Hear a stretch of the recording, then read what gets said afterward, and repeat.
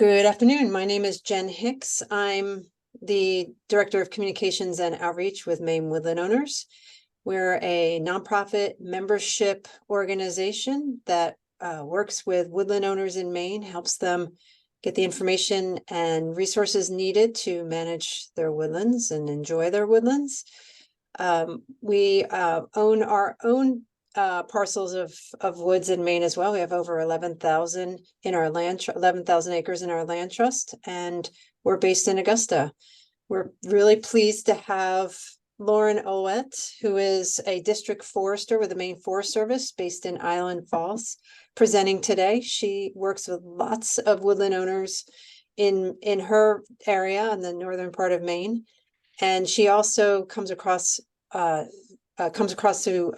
new woodland owners often as well, and finds herself giving some really important advice to folks who are just getting into forest management and owning woods. And it's very exciting to see so many people who are new to woodland ownership. In Maine, we have seen an influx of new woodland owners. The next generation of woodland owners have arrived.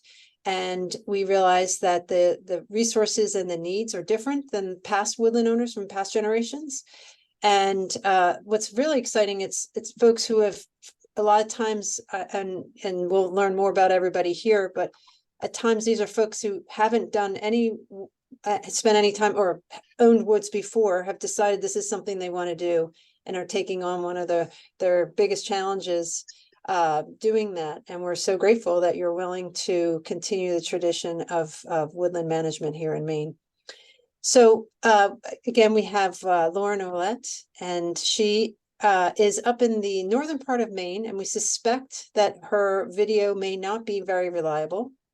So I don't know if we're going to be able to see you, Lauren, but we have, but she has a slideshow that will be she'll be referencing and using in her presentation. If one thing before we get into Lauren's presentation, I'm just curious how many, if you can use your hand up reaction, raise hand reaction, let me know if you are already a member of Maine Woodland Owners. Just out of curiosity, go ahead and put raise your hand. Thank you very much for those who are. Membership is actually a really has been a very useful resource for a lot of new woodland owners, because we have a monthly newsletter. I'm the editor of the newsletter.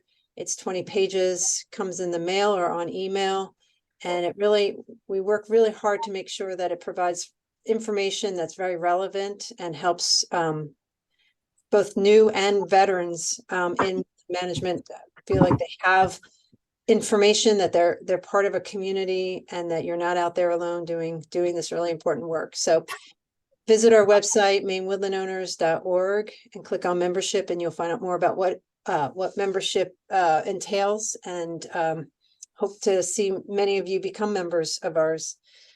Okay, without any further ado, I'm gonna again pass this on to Lauren. Like I said, Lauren's a district forester with Maine Woodland Owners, with the Maine Forest Service. She's relatively new in this position, and she's also a relatively new woodland owner herself.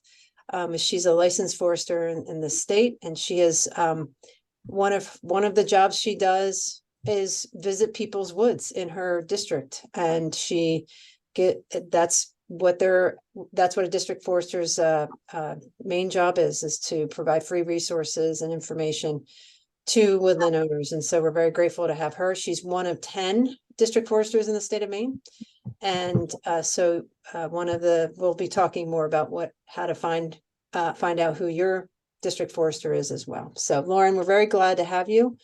And I'm going to share my screen with your slideshow. Perfect. Good afternoon, everyone. Sorry I can't, show my picture or anything like that. We don't have high fiber optic internet where I'm at right now, so the wind is kind of blowing hard, so maybe that's what's doing it. But thanks for the introduction. Like I said, thanks for being here again and being an engaged steward of your forest land. like Jen mentioned, I'm a district forester at the Maine Forest Service and a relatively new woodland owner. I spent a lot of time helping folks manage their woodlot and large parcels of property all across the state of Maine and in Massachusetts.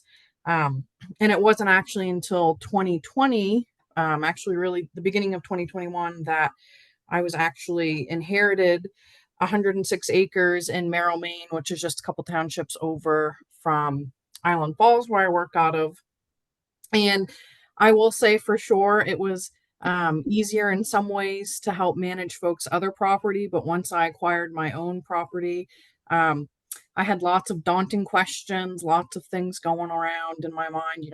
What can we do? Where do you get started when it's your own parcel of land? We're really lucky.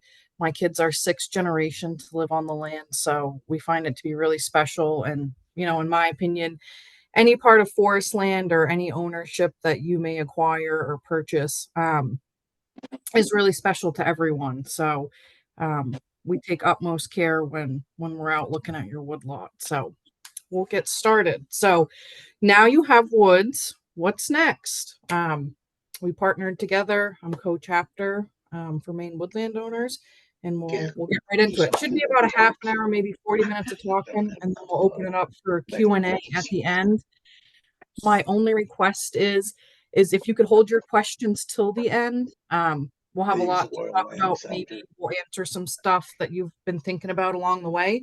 And maybe you'll have some more questions, after seeing this. So if you want to advance to the next slide, Jen. So what we plan to cover in this hour session is the 10 important things new woodland owners should know, online resources and publications, and I've just got some tidbits in terms of roles of foresters, loggers, that sort of thing, that we'll get into as well. So the first big ticket item is know where your land is. I see a few folks that don't live in the state of Maine or don't, live on the property that they do own in Maine. For most folks, this is going to be the no-brainer, right? You want to know where your property is. You want to have a map and understand its location. I took this map from the Maine Woodland Owner site, shows the Merrifield Tree Farm. The big kind of indicators you'd like to see on a map. This one's, fairly sophisticated, but a basic one is, you definitely want to have an outline of your property, like to know like where your roads are, infrastructure, and then you can actually see on the map, it's quite small, some of the writing, but townships, and then any water bodies that may actually be on your property.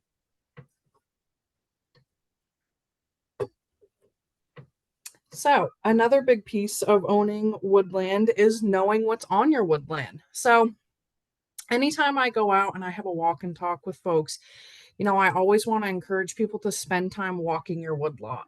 So if you own, say, 100 acres or even 50 acres, sometimes walking your woodlot doesn't happen just in one afternoon.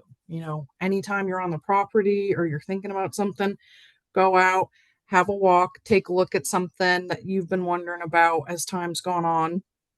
It's also a really great opportunity to look at property lines. That's probably the biggest question that I get from new landowners that reach out to the Maine Forest Service is they're just kind of wondering, hey, I'd like to know the condition of my property line, or I'd like to try and find the back pin, like to find some blazes. We'll go out with folks. We actually don't establish any property lines or mark anything, but we'll help woodland owners, identify those or say, hey, maybe this isn't identifiable based on the information that we do have, and you'll want to work with another resource professional to help you out with that. I always like to encourage folks to keep a notebook handy. Everyone's pretty well connected to a phone at this point, I would say. It's always great to take photos and create trails. And creating trails doesn't mean just you have to go in and cut a huge swath out to get to an area. It could be something simple like you grab a little piece of flagging or a roll of flagging and you go out and you kind of just mark where you're walking. Sometimes that helps folks remember where they've been. It might be a place that you really like to go to. Maybe you saw a lot of deer sign. That's a really great time to flag out an area that you're looking for. Flagging is pretty handy. Every forester you'll ever talk to, and logger included, always keeps a roll handy with them. So Make a list of what's important. This sometimes can be very daunting because on any parcel of land, there might be things that, like everything's important on your woodlot, right? You just purchased it. It's very valuable, very sacred. It could be for a lot of reasons. We like to encourage folks, think about the top 5 things that you like about your land, your goals, and why you own forest land. So, top 5 things, try, think about it on one hand. It's a little bit more digestible versus saying, I have 18 goals and this is what I want to do on my property. If you can think of like the real big hitters, the ones that mean the most to you, or the ones that you'd like to, invest most of your time in, that's kind of, it makes it a little bit more digestible, makes your visions, a little bit clearer. But I want to be very clear. Making a list of what's important might be important today, but say 2 years down the road, what is important on your forest land could be different. So it doesn't mean that you can't change your plan or anything like that. It's just a good strategy initially to kind of get you focused in on, what makes most sense for you and your land and your goals and what's obtainable. And I always like to have folks think about, why do you own forest land? Why did you make this initial purchase? Usually there are more than one reason for most landowners. I meet a lot of folks that purchase land in Aroostook County, northern Penobscot, and sometimes they're not landowners at all in Maine originally. Sometimes they're from out west, sometimes they're in New England. Um, but the one thing that I've seen that kind of holds strong is that, they really wanted to have some ownership of land to be able to maybe pass on to the future generation. So it's always good to have just kind of a clear idea in your mind on what your goals are for your land, and then kind of work from there as a baseline. So this is equally as important. And I find some folks, it's very easy to get super busy and caught up in all the activity of your forest land and things that are going on, whether that's timber harvesting, pre-commercial thinning, dealing with invasive species. The paperwork part is kind of like the daunting part, I sometimes say, or the part that people don't really want to do because sometimes it can be a little cumbersome. But make sure to absolutely please keep all your records. So deeds, that's a super obvious one. Those are legally binding. Those are going to, describe your property, ownership, transfers, things of that nature. Contracts, I always encourage folks, please keep a contract when you're doing any work. So that could be you're just having someone come in to help gravel a roadway for you or do some work installing cross drains. You could have a contract for an individual coming in to target invasive species on your woodlot. You always want to make sure that you have your contracts lined up, black and white, and make sure it's very explicit, and you have your signature and the dates on those as well too. And you want to keep those after just so you can add them to your forest management plan and have records of that. Your tax documents, if you inherit pieces of land, there are some tax things that you have to go through, and I'm not an expert at all on that, but there are resources out there that can help you with that state of tax planning if you do inherit a piece. And also, if you do decide to do a commercial timber harvest, which means you're cutting wood to send to mills to generate revenue, it's gonna, you want to keep your tax documents because it's going to depend. You might want to pay for your taxes up front when you actually get the check from, say, the logger or the land management company you're working with. Some folks decide to say, hey, I just want my full dollar amount. But when I go to file my taxes for the end of the year, that's when you might pay the taxes on that. So you want to have records of all of that as well, too, for obvious reasons. Your tax documents, you keep those for quite a few years as far as I understand. So those are important for many reasons. And then keeping your management plans and your maps related to your forest land. A management plan or a forest management plan you might hear, that's a living document to foresters. We might write it in a 2-week span and it might come in one copy to the landowner. But for the landowner and also the forester that's practicing land management or silviculture on your land, that's a living document. So if you decide to do say a 10-acre clear cut to help promote a certain species of animal, then you want to have that document updated and you want to keep that with you so you can keep those records. And part of that is making sure that you've got your initial management plan and you keep that close to you at all times. So this is a good time just to bring up the topic of, and I think this would be in your deed. Correct me if I'm wrong, Lauren, but if you've acquired woods, where would it tell you if it's enrolled in tree growth tax law program? Would that be is that in the deed? I'm not entirely sure if it's in the deed, but say you purchase a property or you inherit a parcel of land, tree growth tax law, the tree growth tax plan goes with the land and not just the landowner. And sometimes that's kind of confusing. Sometimes folks will purchase a property and the real estate agent or the broker, they should know. Sometimes it's not super clear, or it's kind of, a line item that, isn't entirely significant in the transaction of that. Your municipality will actually send you a letter to your house and let you know, hey, this is enrolled in tree growth tax. You have so many days to transfer, adopt that plan and keep it rolling, or you can get a new one. There are some parameters in terms of times and limits on it, but I've never heard of anyone actually having tree growth tax law on their deed. That doesn't mean that a landowner wouldn't put that in, say if it's an inheritance thing, to let them know. But your local municipality will let you know for sure. Yeah. Yeah. A lot of times, realtors don't know that. I mean, it's in the documents, of a property. And so it's available. I mean, it's one of those things that realtors should be telling the prospective buyer that this property is in current use tax law, program.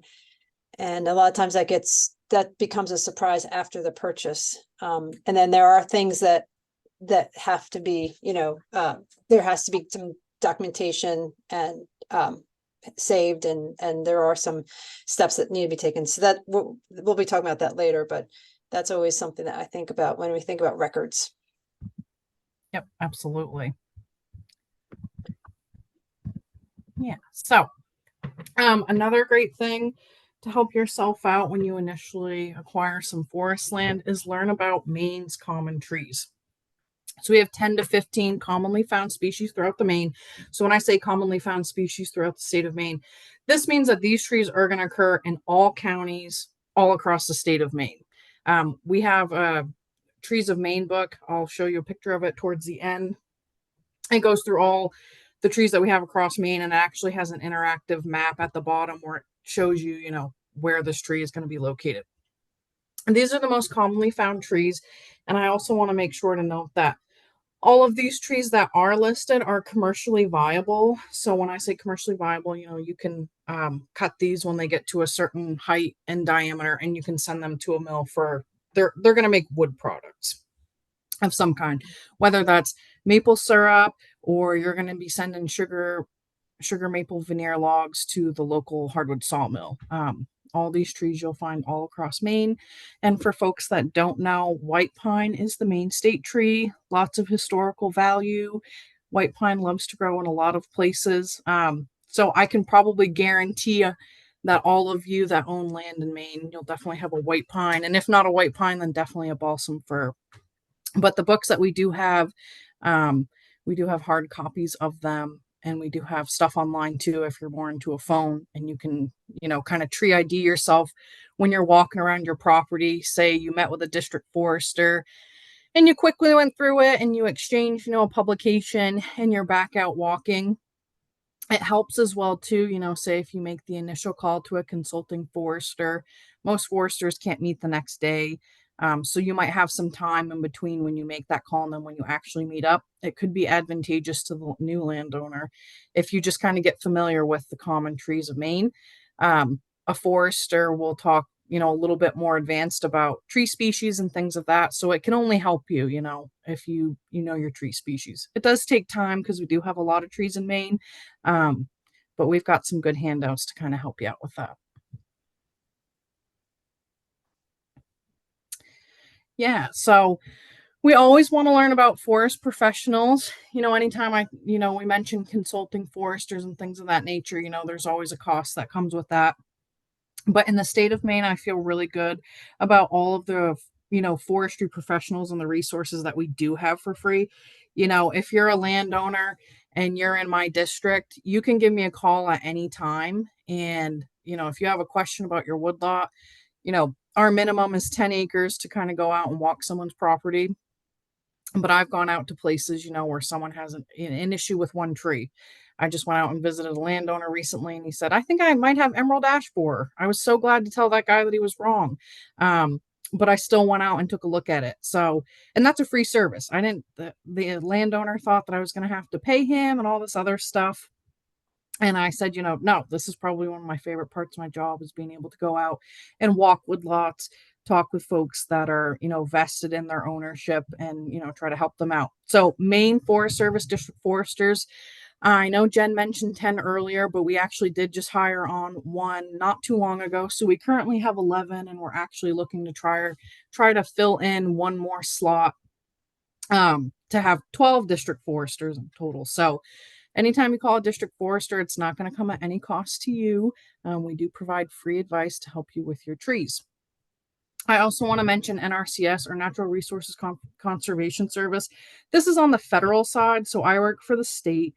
And these folks have, I want to say it's a dozen conservation districts in the state of Maine. And I've got links for this stuff at the end as well, too. So if you're kind of wondering, well, I'm not there, how do I get this information? Those folks work on the federal side. We work in conjunction with them, doing workshops and things like that. But they provide some different forms of funding, to try and have activities on your land base. The requirements are a little bit different, and I am no expert, I would say, on the federal side, but you can give those folks a call too and talk to your district conservationist, and they actually have folks come in and they kind of talk with them and give them the rundown, and that comes as no charge as well too. Local soil and water conservation districts, sometimes their offices are right side by side with NRCS. We're actually pretty fortunate in Holton in my district. I can go talk to Phil Quint Jr. and he works for NRCS, and then I might go and talk to Angie Watton, who's 50 feet away, who works for the soil and water conservation districts on a workshop. We just recently hosted a pruning workshop, and we were all able to work collaboratively to have that workshop come together and be a success. So they also do all kinds of things in terms of workshops, connecting folks to people that have questions. Who do you find locally that might not be at a state or a federal level? They'll get you connected with folks too, and that's also free of charge as well. And the other one I like to mention to folks too, and sometimes isn't quite in the forefront of everything when you're thinking about forestry, because you really connect with a consulting forester sometimes initially after maybe talking to a district forester, is the Department of Inland Fisheries and Wildlife.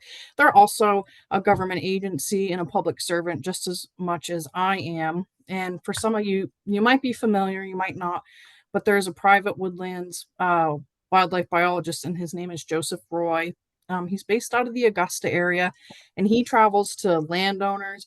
I think the same thing again, minimum 10 acres in size, and maybe there's not, but he'll go and visit folks' woodlots, and he's so incredibly resourceful, talks to you about goals on your land, anything he sees in terms of wildlife that's already been using there. He's an excellent birder, and that also comes free of charge too. And I'll say, for what it's worth, without a doubt, we all love our jobs and we really love connecting with folks like you. So please don't ever hesitate to call any of us. I'll just jump in really quickly, just for those who don't know, and we have a whole nother program about this, but that you can watch online. But NRCS is key because they want woodland owners to have, they want to help woodland owners with their management plans, and they also help find, they help you with the process of finding cost share funds to do projects that you decide you want to do on your property. That's for a bit down the road. A lot of new owners aren't thinking about doing a whole lot other than just like what's been described, getting to know your property, know what you have, that kind of thing. But it doesn't hurt to get to know the NRCS office early, so you have an idea of what you might be looking towards doing in the future and who your resources are there. So just wanted to throw that piece in. I wholeheartedly agree with that. And just to add to that, comment. We work all together. So if you call a district forester and you say, hey, I want a forest management plan, we're all going to give you the options that you can help decide what you want to do eventually. So I'm not just going to say, oh, well, we have this one program here at the Maine Forest Service, you should use it. I tell people, hey, get all of the funding, get all of the help and advice that you can get it from more than one person, especially so you can kind of make your decisions quantitatively with more than just one person. But yeah, you can't really go wrong with calling all of these folks initially and just kind of getting the ball rolling. And even if you don't work with them in the future, you've made a connection and oh, maybe down the road they can help me with something.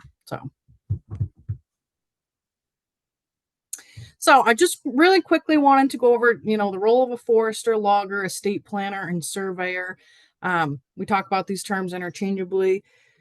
So I thought it'd be a good time to define them. So the role of a forester. So in Maine, foresters are licensed professionals who take the long-term view of the forest. If anyone calls themselves a forester, they have to be licensed in the state of Maine. And they help landowners who meet their goals.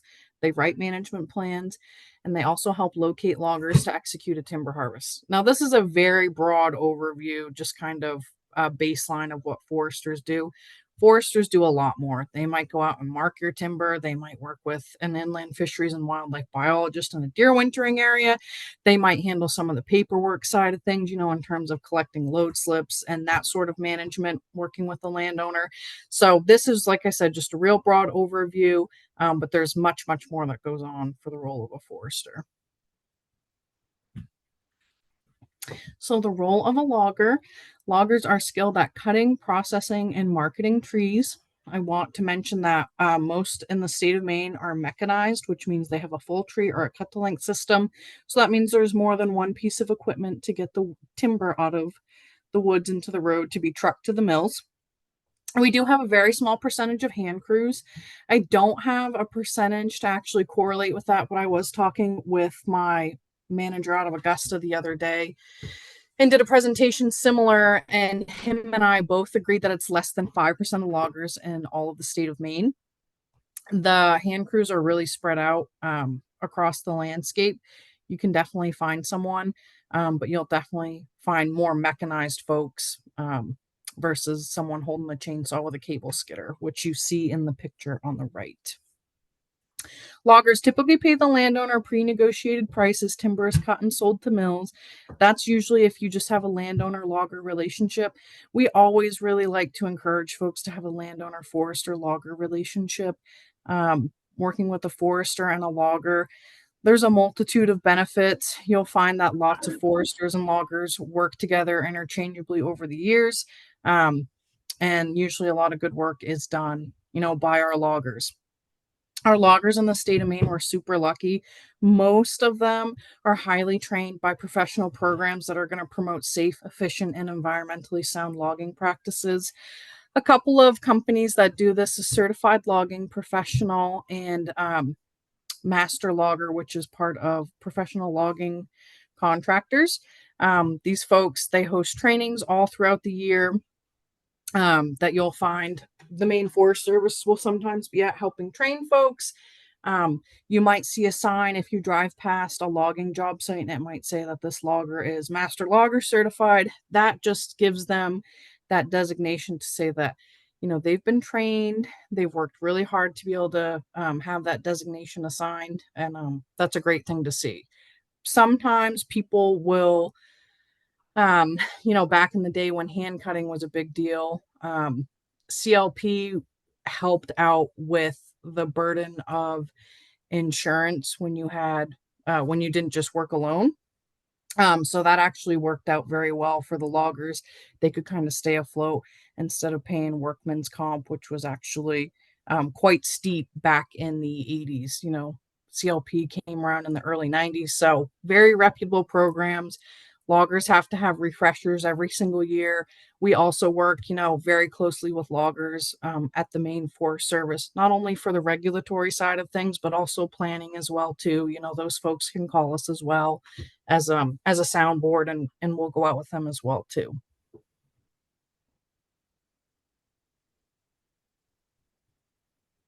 So the role of a surveyor.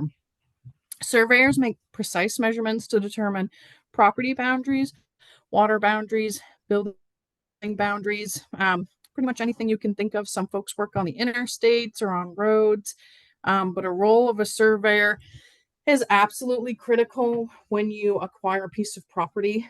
This one's very obvious. You want to make sure you know where your lines are. I have had some individuals that have purchased land, kind of sight unseen, and they get there and maybe their property lines are not as well established or they're in need of some reestablishment. That's when the role of a surveyor comes in as well. We work sometimes, unfortunately, with folks, through a timber trespass and determining those lines. We always preach at the Maine Forest Service, good lines make good neighbors. It takes a lot of confusion out. A surveyor, when you do purchase a parcel, your deed paperwork, your tax paperwork, it's all going to show, the acres that's on there. Sometimes they'll show house lots and things of that nature, but it always describes, where your pins are. It's actually quite descriptive. I wasn't able to pull kind of like a mock-up of a survey because obviously that's all proprietary to the individual, but very well descriptive. Most surveyors, if you have a question, you can call them. They keep all of their maps on file, some into perpetuity. I don't know what the standards are for that, but a surveyor can be very, very handy. Sometimes surveyors will actually go to court too if there's a dispute. You don't ever want to have to go and do that. So I always try to encourage people, even though it is a bit of an upfront cost, if you do need to have the lines done, you're better off safe than sorry. I actually recently needed to put in a property line. And, I always encourage landowners, if you're a butter or if you can get in touch with someone and you want the line, freshened up or it really needs to be well established, you can do a cost share. And that would have to be agreed upon by both you and the abutter. I would encourage a contract again with that. And that kind of lessens some of that financial burden. I asked my neighbor if he wanted to cost share with me on a stretch of line that we did for about 1,000 feet. He said he didn't want to, and that was totally fine with me. So I just went ahead and did it. But that is an option as well, too. Lauren, if people have had their land surveyed already, do they have to do it again? Does it need to be done on a regular basis? No, you don't have to survey your land on a regular basis, but it's excellent practice, and any forester that you work with will tell you, I'm going to go out and walk your property line. That's quite literally one of the first things a consulting forester is going to do for you. And they're going to let you know if they can, paint the line and touch it up and flag it and make sure it looks really fresh and good. They'll put you on a schedule in terms of the line was just done last year. Let's look at it at year 5 or 10 and see if it needs to be touched up.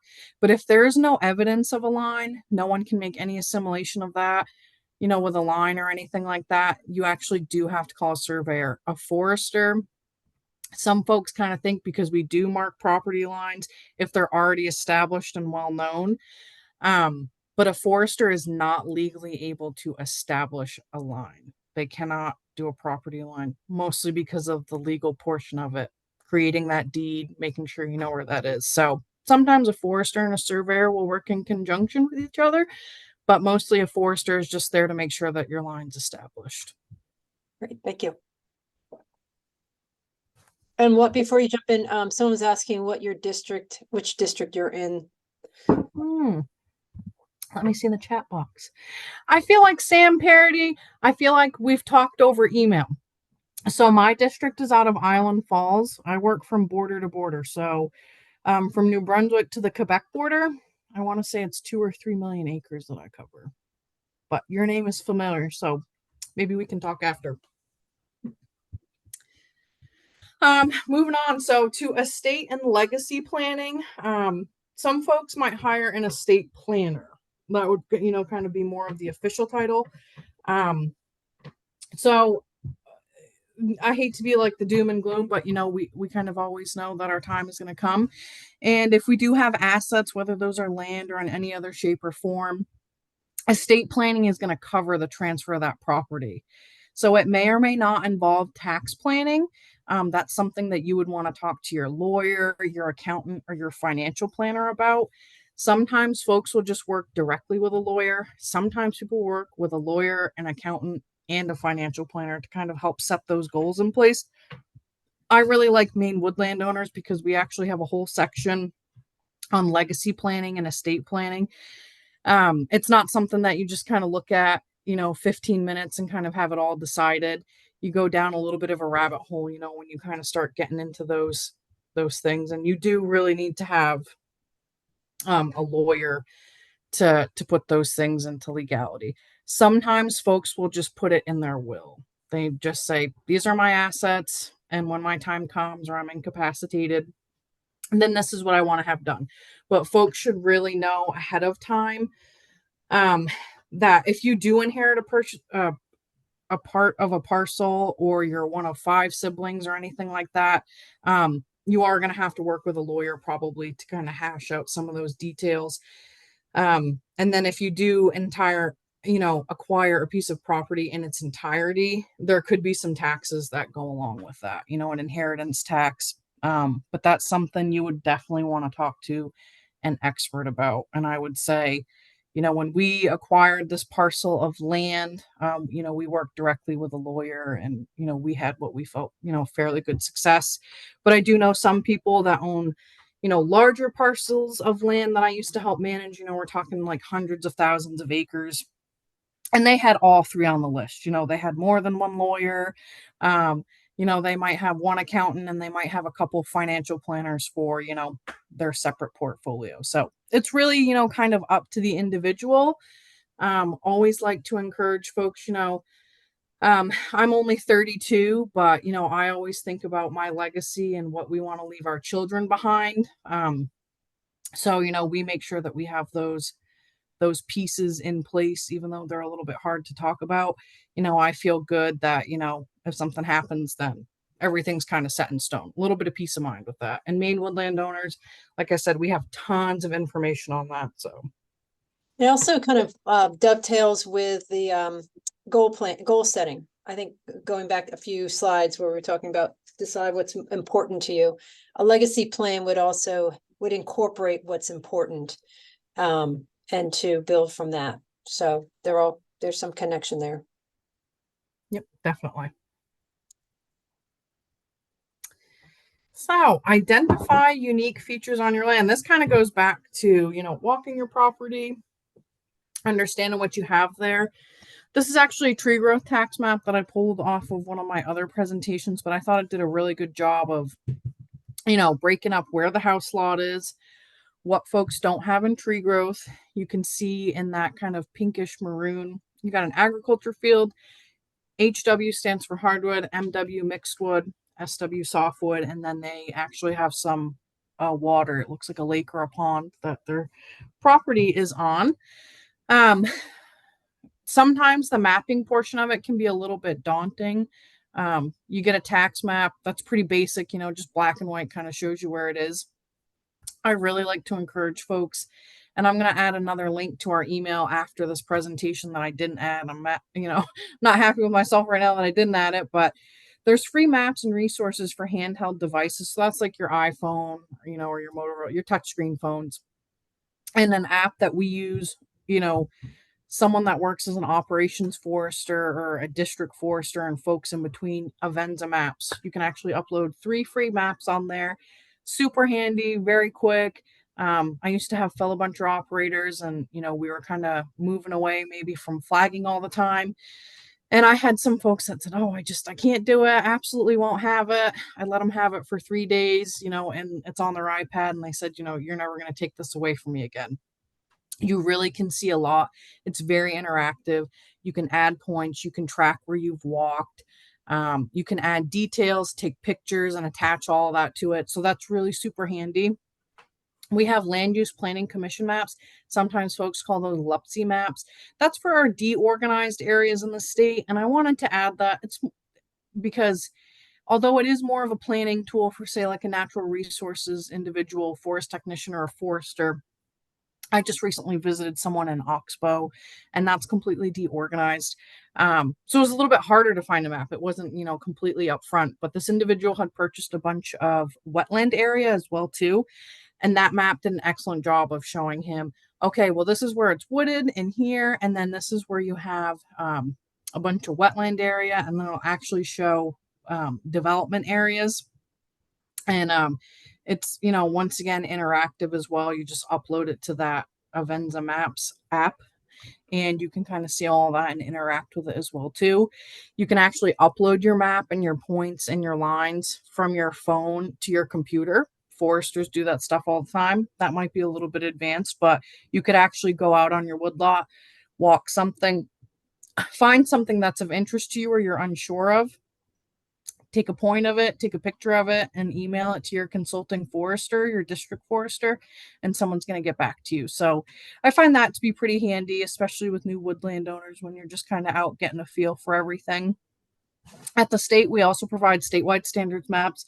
Once again, that's more of a planning tool in terms of zoning. So you're looking at your water bodies and your setbacks. Deer wintering areas, again, things of that nature. Typically shows roads and contour lines, so you can kind of understand this might be low lying or a little bit steeper. We provide those free of charge on the Maine Forest Service website. Tax maps as well. And then I added at the bottom is MEGIS, or Maine GIS, Geographic Information Systems. There are, I would say, probably well over 100 layers. So if you were really interested in, say, the lamp mussel, which is a protected and endangered species that you'll find, sometimes in Maine's waters, information like that will show up. The E911 roads. I worked recently with a municipality with an ambulance, getting them that sort of information. So there's a ton of data and resources out there. You just kind of want to fine tune what you'd like to have. Sometimes folks will have a copy of the tree growth tax plan because they purchased a lot and it's on that. That would be a great starting point. And then you can kind of go from there. Your forester, whoever you hire on to do, if you do decide to work with a consulting forester, they will wholeheartedly be able to provide you maps. And typically it's more than one map for different reasons. Right. I just put, just as a reminder, Avenza and OnX, those are apps. You can just find them on your app stores in your phone. So keep a written record of activities. So this kind of goes back to, like, when I said, keeping the record of activities is sometimes maybe like the last piece of the puzzle. You always want to record, if you're out, anything that you see or anything that doesn't make sense, ask the question. You hired on a consulting forester to, work with very personally on your woodlot. And I know they're going to want to answer the questions. Also, same thing with a district forester. You see something, take a picture and send it. For folks that don't like to use handheld devices, which is completely and totally fine, sometimes you just don't want to. I always encourage folks to keep Write in the Rain, like an all-weather notebook. Write in the Rain is kind of this textured paper, almost like a waxy coating to it. And you guessed it, you can write in the rain with it. I've used it for many years, and it is pretty much foolproof. You can use a crayon with it, you can use a marker with it, a pencil, but it would just be good to have, one notebook or a file dedicated solely to your woodlot when you go out and walk it. You want to be thinking about when you're on your woodlot changes. Did you have a snow and ice storm and you've got some damage to some of your trees on your woodlot? You want to know about those changes? Challenges. Perhaps you had a cross drain that's failed on a road.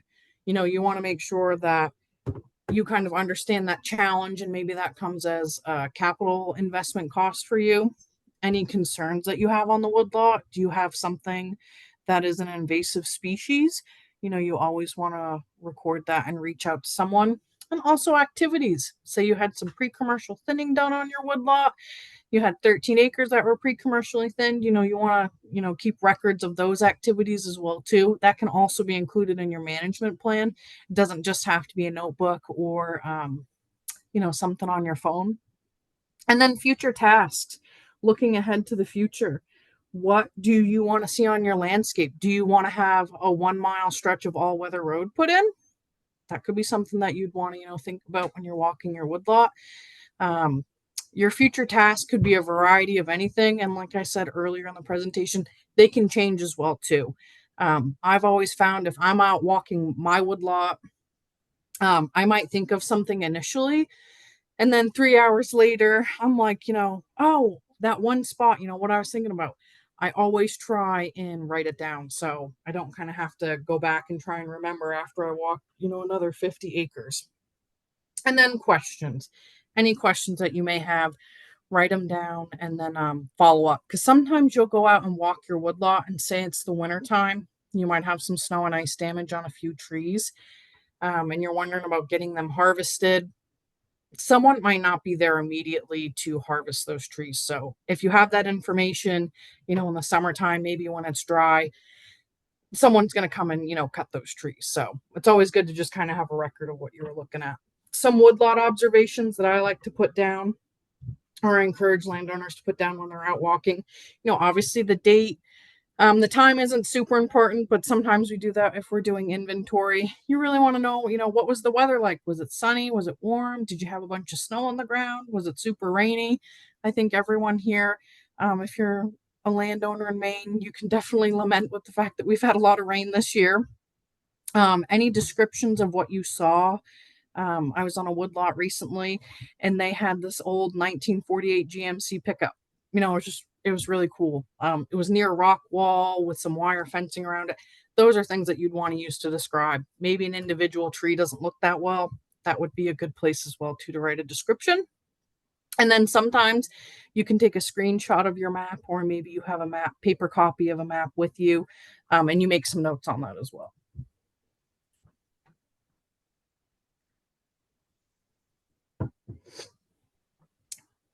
Next up is knowing the financial value of your land and what it contains. So you basically want to quantify the value of the tree species present. Now, for a new woodland owner, that's like not very cut and dry, and you might not come to an answer immediately, even if you do own your own woodland. I will say for sure, and this is kind of a common sense thing, a 5-inch tree is probably going to be a little bit less in value nominally or money wise versus a tree that's 30 inches, right? Just for the fact that it's bigger, it's probably going to yield more money. Sometimes the value of someone's forest land doesn't just mean commercial timber value. Sometimes someone purchased a property because they wanted to have it in their land, wanted to have it in their family. Like I mentioned earlier, my kids are 6th generation to live on the land. My grandmother purchased the property because she wanted the family farm.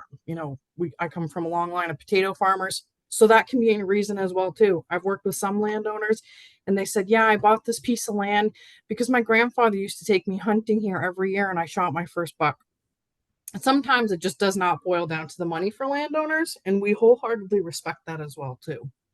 Some special features you might want to take note of: if you have a really nice stream, sometimes downstate you might find like an old rock wall.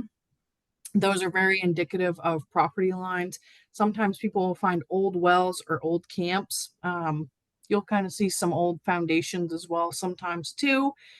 Other features can be, one single stem tree that's huge. It's like the biggest tree in Maine. That would be a special feature as well too. If you have waterfront property, that's a big one. And if your property is roaded, so that could be, dirt roads, old land management roads, or say you have a, hot top driveway or something like that. That would be a good special feature. Bear dens as well too. Those are very special features.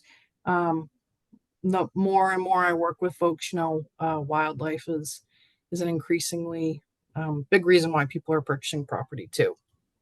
And then, opportunities. You might work with a consulting forester and you might have a stand of beautiful maple that, you mentioned them. I'd like to kind of have a sugar bush one day, or just have my own home operation as a hobby. People purchase land for hunting and fishing, hiking, and then, once again, timber harvesting for the economics.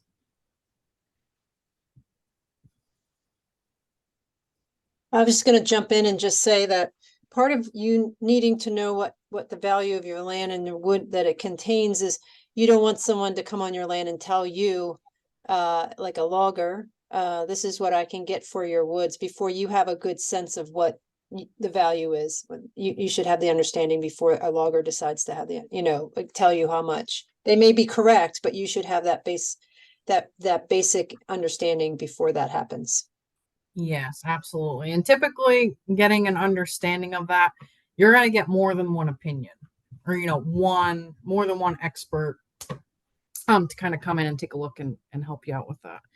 And then, the last piece and probably the biggest piece is, start slow and don't get overwhelmed. Even on a 10-acre parcel, it might sound small compared to 1,000 acres, and it is in size, but every forest, no matter what the size is very unique depending on what's there.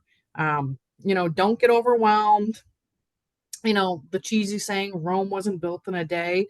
You know, Forest land ownership and stewardship is a long-term view.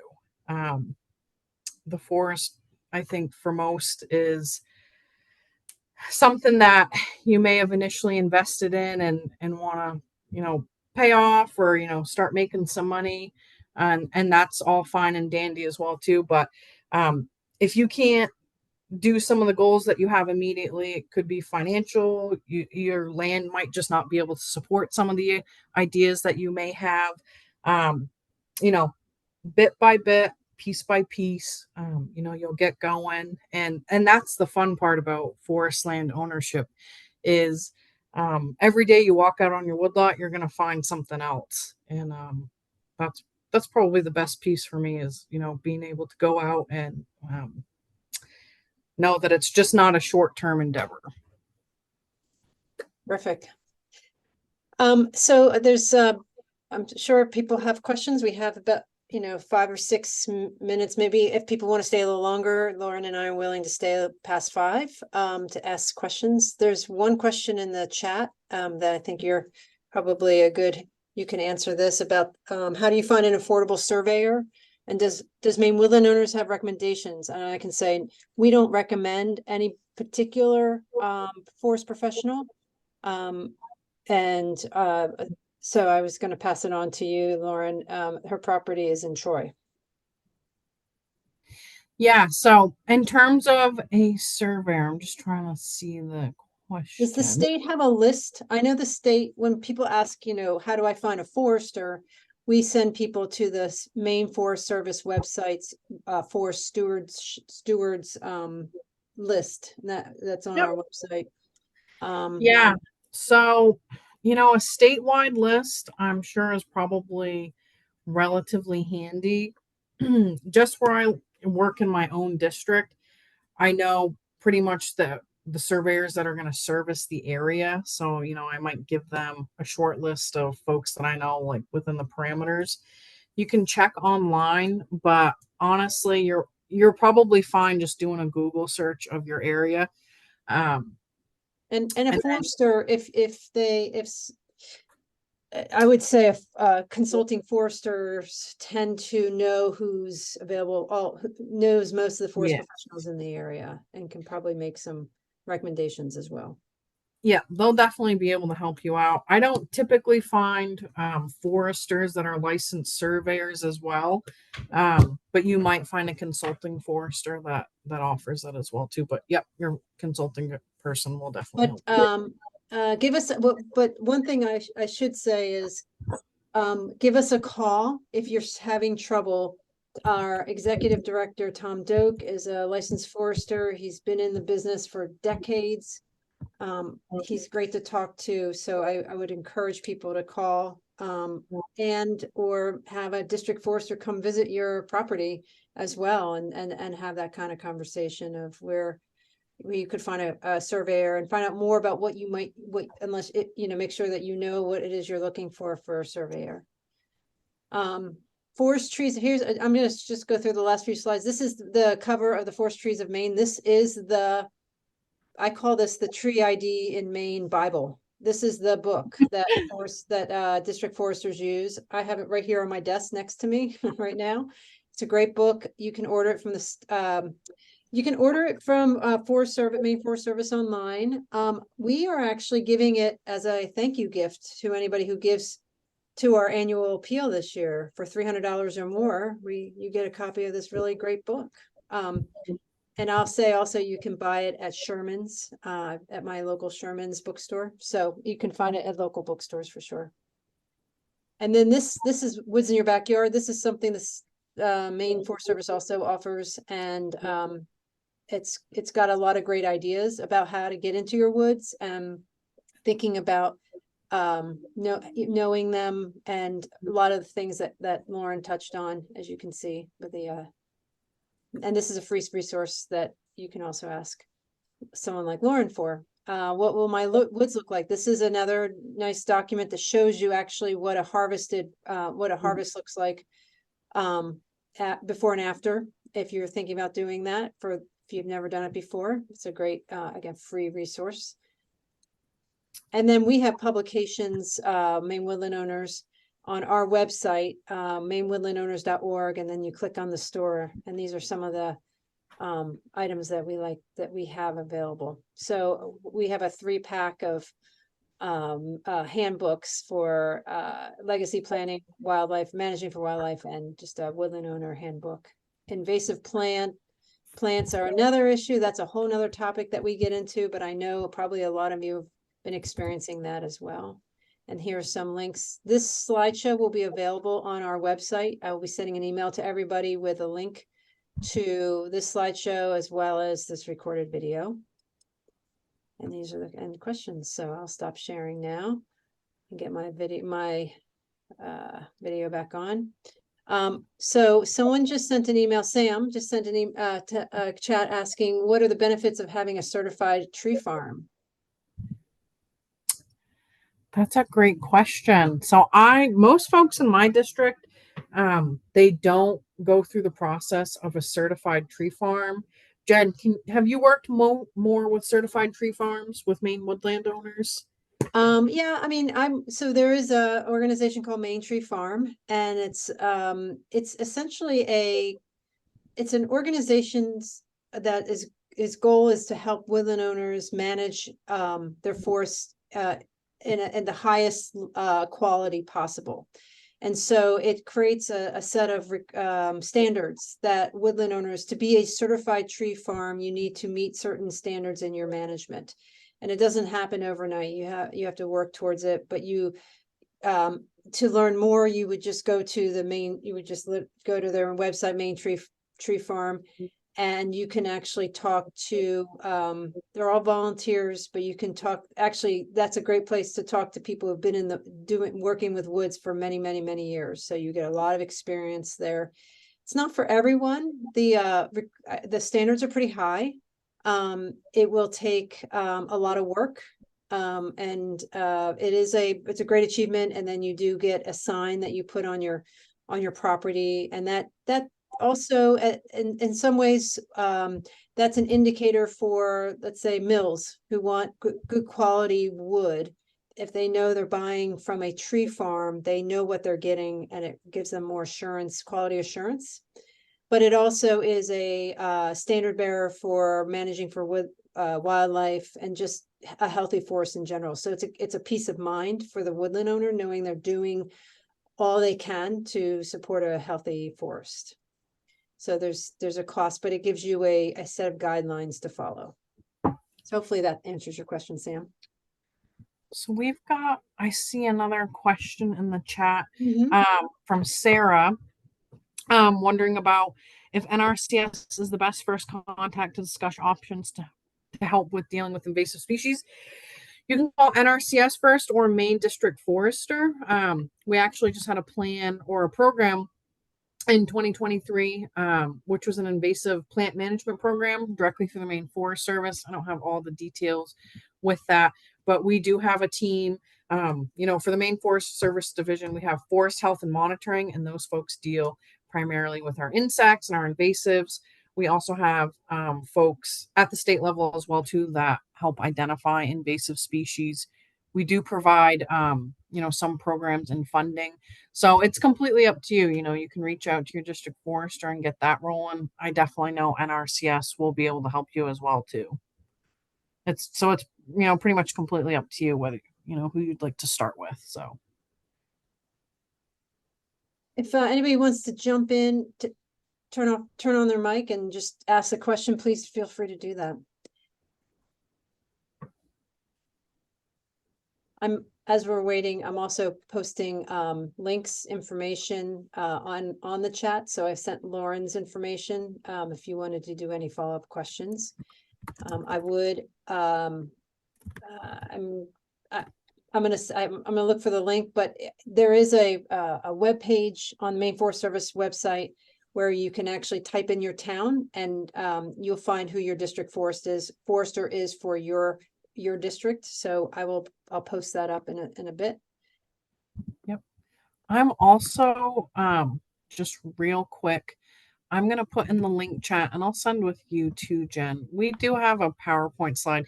So back when everyone was home, us at the Maine Forest Service, we really wanted to help people get resources still, even though we do love to do face-to-face. So I just put in the chat box that presentation for downloading and using Avenza. Super handy. It's on our website. So hopefully that's helpful too. Great. I think there's another question in the chat. Okay. Yeah, Maine natural areas. We do work with those folks some. It's not a question that comes up very often. Typically, we have people that ask about beginning with habitat, but the Maine natural areas, those folks are excellent as well too. You can email them and get connected with them, and they'll answer pretty much any question that you have. I'm not entirely sure about site visits, but they're excellent with making sure people have immediate information about anything that involves invasive species as well. They're pretty good about getting that out there. They're also really good about, maybe you already said this, Lauren, if you take a picture and you send it, they will respond back and let you know what you have. Yep. So Yeah, I recently had a vine on my woodlot. I was freaking out. I thought it might have been kudzu, but I wasn't entirely sure, and I didn't think it was that. I just snapped a picture and sent an email, and they got back to me. I think it was 3 days. So that's pretty good turnaround time. Yeah. So they want to know. So that's one thing, going back to the point of know what you have and get into your woods and make observations and write them down or take pictures. Because actually most of the most recent, a lot of the recent discoveries of invasives and pests and diseases came from woodland observers, people in the general public who were in the woods, saw something strange, took a picture, sent it to the Maine Forest Service or Natural Areas program, and they realized there's something there, and they went to look at it themselves and determined that was actually a newly discovered issue. So they're really dependent on private woodland owners to help them monitor and keep track of what's going on in the woods. Almost 90% of our woods in Maine are privately owned. So the state does not have access to a tremendous amount of that property. And so it's up to woodland owners like you to keep them knowledgeable what's going on. Yeah, I would wholeheartedly agree with that, what Jen just said. My district, like I mentioned, is, anywhere between 2 and 3 million acres. I don't have the definite number, but I can't see everything. So like, even if you're feeling like, oh, I'm not really sure, I don't want to bug anyone, I'm a public servant. It's my job to get you folks connected to resources, and it's my job, to help you get an answer basically. So please don't ever feel like it's burdensome or, you feel like you should know it or something like that because you've owned land for 50 years. Send the email, make the call, and we'll get connected. Is there any more questions? Anybody want to jump in? Okay, I see another question from Sam. Do you have webinars on creating a business or an LLC for your woodlot and what the benefits would be. So I don't know of, I'm um, getting harassed. I don't know of any workshops, in terms of or information outlets on creating a business or an LLC for your woodlot. I would say you'd want to definitely talk to someone that has, tax planning. Your tax brackets are going to be completely different, whether you're a C corporation, S corporation, an LLC, and what those benefits are going to be to you as a landowner, whether you're an individual landowner, you're more than one landowner. But we don't provide any information on turning your woodlot into a business. I would say, want a financial planner, lawyer at that point. But that would be probably a good opportunity if anybody who wants to try to set something like that up, you would probably you would need to do all the steps that we're talking about first to know what you have, and also make contact with forest professionals who can give you some advice before you take a big plunge into that direction. So making sure that you, while the recommendations are not in any particular order, it's not necessarily, there are certain things you should probably be doing first before you get into anything too complex. So hopefully getting from my understanding, people who come across some forest professionals that they really trust and find are very knowledgeable is a huge step for them in understanding what they should be doing. And so we really support that. Someone said, can you explain a bit more about what a land management plan is, and should everyone have one? That's a great question. I'll take that one because in our opinion, having at least a set of goals of knowing why you have land, why it's important, for why you felt like you needed to buy land, you should really have a good idea of that, and you should maybe have some ideas of what you hope for the land over the 5-10 years in the long run. But we've never told anybody you must have a management plan. However, we find them to be very helpful if you are thinking about doing that, if you have very specific goals and you want to try to achieve those specific goals. So forest management plan can range from a very short document that have your goals and some objectives and some thoughts about your land, to something very technical that makes you qualified for cost share money. So if you, let's say, wanted to do a harvest, or if you wanted to be in the tree growth tax program, which is a current use program that alleviates some of your tax burdens because you're using your forest for forest products, then you would have to have a very technical or full forest management plan, and it would be very helpful for you to meet those goals.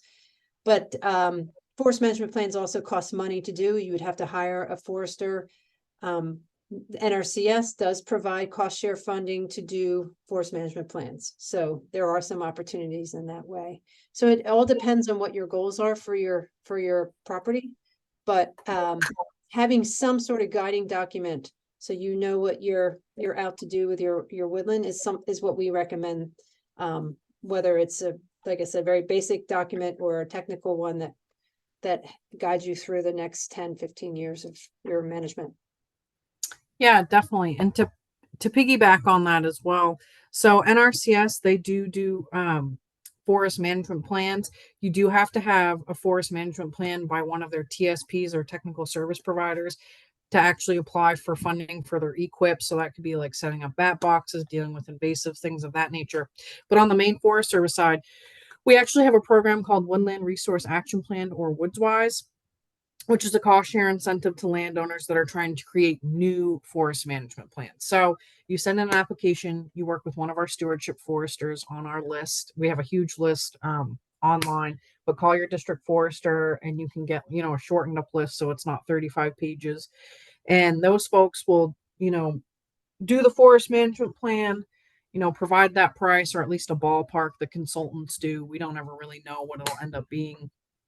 And then you pay initially up front, and then, based on acres and reimbursement rates, the state, district foresters actually review those plans as well too from the consulting forester. We have a pretty big checklist. We make sure all of that's on there. And then, you know, in Augusta, they'll actually cut you a check for the reimbursement rate. It's never the full rate for the plan. And like I said, I don't have all the reimbursement rates in front of me, but it's pretty handy. And it's fairly nice because if you have a tree growth tax law plan that you've had done with the forest stewardship program, you can actually, you know, have the incentive for the tree growth tax plan and you get that reduced cost. The big difference between NRCS and our woodland resource action plans is NRCS does a full blown inventory. We don't have such stringent requirements in terms of having the full inventory done, but sometimes you'll get lucky as well too. And more people are consulting foresters or picking up on this, is they'll be certified to be a stewardship forester through Maine Forest Service, and then they'll actually go through the training through NRCS to be a TSP, which is a technical service provider. So you might get linked up with a consulting forester who can get you the NRCS plan to do the equip funding. It also applies to be able to do the woodland resource action plan. And if you know, tree growth tax law plan is something you'd like to get enrolled in, or your land's already enrolled in it, something like that, that plan is gonna, you know, help through all those programs. A lot of folks sometimes think, oh, I just did the stewardship plan, so it's just solely for that. You got a couple options there, but that could be a whole other session, I think. We actually have, what I'm going to do is I'm going to send an email out to everybody with links to various programs that have been recorded in the past around some of these topics we discussed today to kind of expand on each of these. So, looks like we have a few folks left. Do you have any last questions? Jump in. Good. Well, thank you very much, everyone, for being here. And we hope you got a little bit of a little knowledge here, a little bit of confidence that you're on the right track. Please be in touch with either Lauren or myself, and I'll be sending out some more information in the next few days. So thank you very much and have a great rest of your day. Yeah, absolutely. Thank you, everyone. Thanks, Jen. Bye-bye. Take care.